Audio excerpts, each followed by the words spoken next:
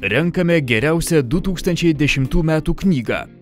Į metų knygos titulą vaikų kategorijoje pretenduoja. Mano vardas yra Urtė ir man dabar 21 metai. Esu studentė. Jau esu minėjusi, kad esu labai įvairus žmogus, man taip atrodo.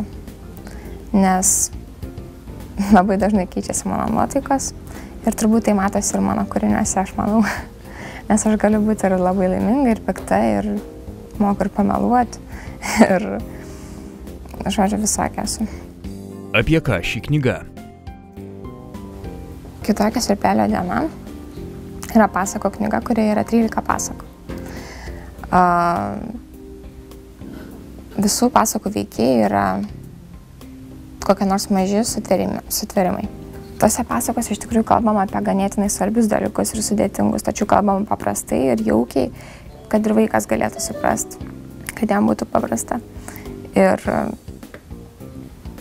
iš tikrųjų kiekviena istorija galėtų būti ir žmogaus istorija. Tiesiog kiekvienas vabaliukas yra savotiškas žmogaus atitikmuo. Kur slypi knygelės išmintis? Svirplys vardu Anicetas ankstų rytą traukia miško takeliu. Traukia aiškiai žinodamas, kur ir ko eina. Jis turėjo vieną vienintelį, bet ypatingą norą. Todėl šaltas ryto vėjas vabalėlio netrupučiuką negąsdina. Grįžti atgal namo jis neketina.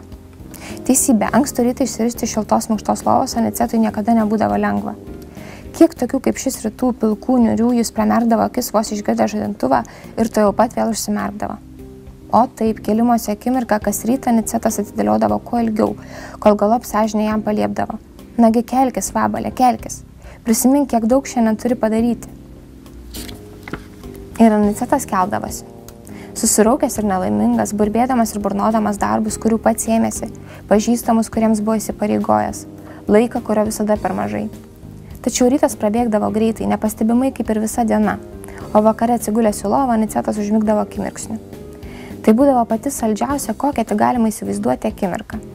Paslapčia dirstelėję pro kambario, kuriame Svirplelis miegodavo langą, būtumėte išvydę jį pavargusį miegant.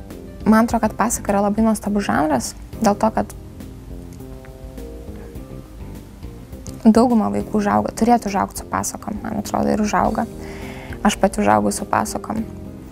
Ir pasaka yra toks žanras, kur, kaip jau sakiau, apie labai svarbius dalykus šnekama paprastai ir labai patraukliai.